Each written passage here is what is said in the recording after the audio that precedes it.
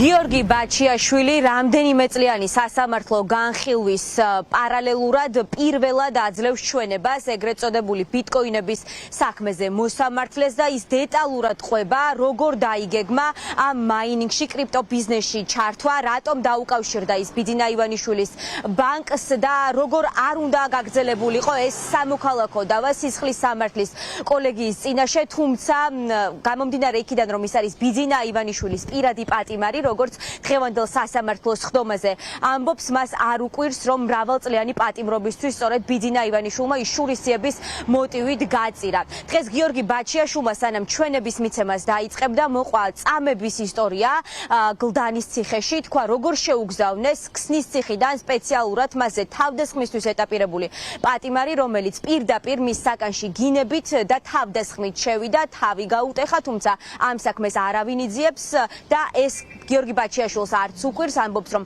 ფორმალურადაც კი არ აძლევენ დაზარალებული სტატუსს, მიუხედავად იმისა, რომ სწორედ მას უმძიმესი დაზიანებები დღემდე ეთყობა. სრის სამპრობილიდან სამწუხაროდ ჩამოიყვანეს ჯალათი, პირდაპირ გაიგო არის კამერის კარი, დამიწყო გინება, ცემა, შუშით დამუქრება, გამიტეხა თავი, ხელი გამიჭრა და მრავალი სხვა დაზიანება მიღებული. ერთი არის რომ ვითომ დაიწყეს გამოძიება, მაგრამ უნდა კამერა ამოიღო, უნდა დაზარალებულად ვსო, ვინ არის დაზარალებული აბა. მაშინ მე თუ თავადახილი იქიდან გამომიყვანეს. ჩამიგდეს გარემცდომა, ადვოკატთან ახი გარემოსუნება ამიგზავნეს, რატომ? იმიტომ როცა შემოიყვანეს ის ნაზირალად შესაწამებას, რომ ვერ დამერედა და 63 საათი არ უშობდნენ დადობას შეთან. ის კი არა სახალხო დამცველთანაც არ მარეკიებდნენ. აი მაგაში ესაა. საავადმყოფოში რომ წამიყვანეს, იმ საავადმყოფოში რომ ჰოსპიტალიზება არ მოეხდინათ, რომ ვითომ ჩემი სიმპტომები არ ენახა. ჩემი სიმპტომები ამოიღეს ინფორმაცია და მე რასაც ვამბობდი ის არ ჩამოწერია და საავადმყოფოდან ხელფერში ხელი არის ამიყვანეს პირდაპირ ვარსკვლავური წამოსვლაზე და წამომათრიეს უკან ციხეში. ამ წამებას დაამატეს არაადამიანური მომხრობა. და ეს ბატონი ამბობს, რომ თურმე ეს არ აქვს საქმესთან ეს კავშირი. როგორ არ აქვს კავშირი? თქვენ თვითონ ამ წყალზე როცა აღმოჩნდებით, მე ისაუბრა და მე გაიგეთ იმასე სხვა ადამიანების გიორგი ბაჩიაშვილმა დღეს განსასჯელი სკამიდან ბიძინა ივანიშვილი და მისი მმართველობა მხედრიონს შეადარა, ამბობს, რომ მასზე ხორციელდება შურისძიება იმის გამო, რომ ბიძინა ივანიშვილს დაუპირისპირდა, ეს არის პოლიტიკური შურისძიება და ამაზე მეტყველებს ის პროცესები, რომელიც გლდანის ციხეში განვითარდა მაშინ, როდესაც ციხის უფროსმა გიორგი ბაჩიაშვილი შეიყვანა საკუთარ ოთახში და უთხრა, რომ ყველა ინფორმაცია საკუთარ კრიპტო ბიზნესზე, მათ შორის პაროლები უნდა გადაეცა ბიძინა ივანიშვილისთვის, რადგან მის სიცოცხლეს საფრთხე ემუქრებოდა. გიორგი ბაჩიაშვილი ამბობს, რომ მან ძალიან კარგად იცოდა, რასაც მოუწყობდნენ ციხეში, ამას ელოდებოდა და პოლიტიკური მოტივაციის მქონე საქმეზე არც ჰქონდა იმის მოლოდინი, რომ განსხვავებული გადაწყვეტილება იქნებოდა მიღებული.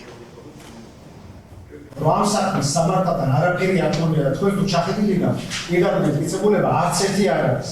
რეალურად ეს არის პოლიტიკურად შეგვეცილი, განხორციელებული პირადი შურისძიება. კლასიკური მაგალითი. თქვენ ჩემზე ასაკოვანი მზადებით ალბათ და კარგად გახსოვს ფედრიონის დრო. დღევანდელი სისტემა ამ ბატონის უწყების თამადობით და სამწუხაროდ თქვენი სხვა კოლეგების თამადობით. ზუსტად 21 საუკუნის საქართველოს ფედრიონი არის. და ვარმეფეს გადაცემული, დამწყდებული ნაწამები მხოლოდ და მხოლოდ იმისათვის, რომ ივანიშვილმა რამენაირად ფული გამომგზავროს და წამებამდე ურიგით ადრე ზუსტად ციხის უფროსმა შემიყვანა კაბინეტში და მითხრა ივანიშვილს გაუხსენილი ხა ყველა შემისახულეები თქო, თორე ხო იცი რანაირი ხალხის ციხეშიო და ამ საქმეში რაცაც ივანიშვილი ამბობს, ეგ რომ სიმართლესთან ოდნავ მაინც ახლოს ყოფილიყო, საუკეთესო შემთხვევაში ეს საქმე იქნებოდა სამოქალაქო საქმე. ივანიშვილი მეტავება რომ იყო ვითომ ინვესტორი და ინვესტორებს შორის საქმეს არ იხილავს სისხლის სამართლის საქმე. დანაშაულის ჩაწერიდან საქმის დაწყებამდე გავიდა 7 წელი. ესე იგი ადამიანს მილიარდი თურმე მოპარეს და 7 წელი არ იცოდა მენდობოდა. და შემდგომ ამ საქმეს რო ისწრებს 7 წლის მერე, ვერც ერთი უტყუარი მტკიცებულებით ამას ვერ ამბობს. ვერც ერთი, გარდა თავისი და თავის თანამშრომლების ჩვენებებისა. სამართლის პროცესის უნდა მიმდინარეობდეს და სამართალიც უნდა იქცეულდეს. შემთხვევაში არც ერთი არ არის მიღწეული. მიდის პირდაპირ გამომძალვა და ესენი არიან გამომძალველი მხედრიონელის პირდაპირ წარმომადგენლები. ძალიან დიდი ხოვნა მექნება თქვენთან. ნუ გახდებით ამ გამომძალველი, ამ დანაშაულებრივი მანქანის იარაღი ხელში.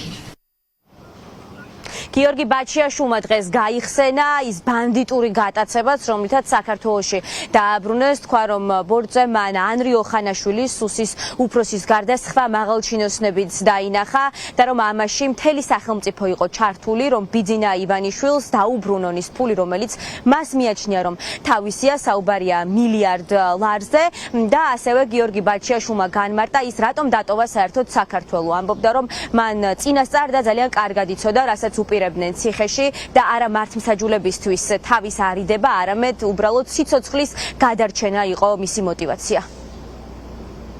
მე მართლა არ დამიტოვებია საქართველო ამდენი ორი წლის მანძილზე თითქმის. ხოლო მაშინ გაყვი იძულებული, როცა პირდაპირ მომივიდა ინფორმაცია, რომ ციხეში შესწამებას აპირებდნენ. გაგჭირდა ციხეში პირდაპირ იმერიშობა მას ეთმავა. ზუსტად ამ სიტყვისებზე გადავწყვიტე მე ქვეყნის დატოვება და მომიწია დატოვება.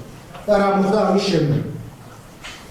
თვალეზე თავზე ბეშო ჩამოფარებული ორი დღე მატარეს აბუ-დაბიში და დუბაიში, არანაირი ადვოკატის, არანაირი მოსამართლის და არანაირი პროკურორის შეხვედრის უფლების გარეშე და პირდაპირ ძალით შემატყიეს თვითმფრინავზე. აიგზავნა თვითმფრინავზე, სადაც დახვდა ანრი ოხანაშვილი და კიდევ რამოდენიმე მაღალჩინოსანი.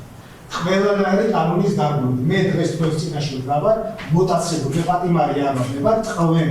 მინდა რომ იცოდეთ, ყველანაირი საერთაშორისო კანონმდებლობით. ასე არის. ვითომ რომ მიპოვეს თეთრი მაიკი და თეთრი ტექსტაცმი, სადღაც დინარე გადმოცურული, ეს არის სიცრუე. და ამაზე მე გამოძიების დაწყება ამ მოტაცებაზე ვითხოვე ჯერ კიდევ 29 მაისს, როდესაც ჩემი სასამართლო სდომა იყო სხვა საქმეზე. და არც ერთი ადამიანი არ დაკითხულა, არც მე არ დამკითხულა, არანაირი არ ჩანაწერი ამოღებულა, არც დასახელებულად დასწრებულა, არანაირი პროცედურა არ გაუტარებია. დღეს მაღალი ალბათობით სააპელაციო სასამართლო დღის ბოლომდე სამუშაო დროს სრულად გამოიყენებს. გიორგი ბაჩიაშვილის საკითხვა დღესვე დასრულდება, თუმცა არ არის გამორიცხული, რომ მომდევნო სხდომის თარიღი გაიწეროს, როდესაც უკვე მხარეები საბოლოოდ, დასკვნით სიტყვებს იტყვიან.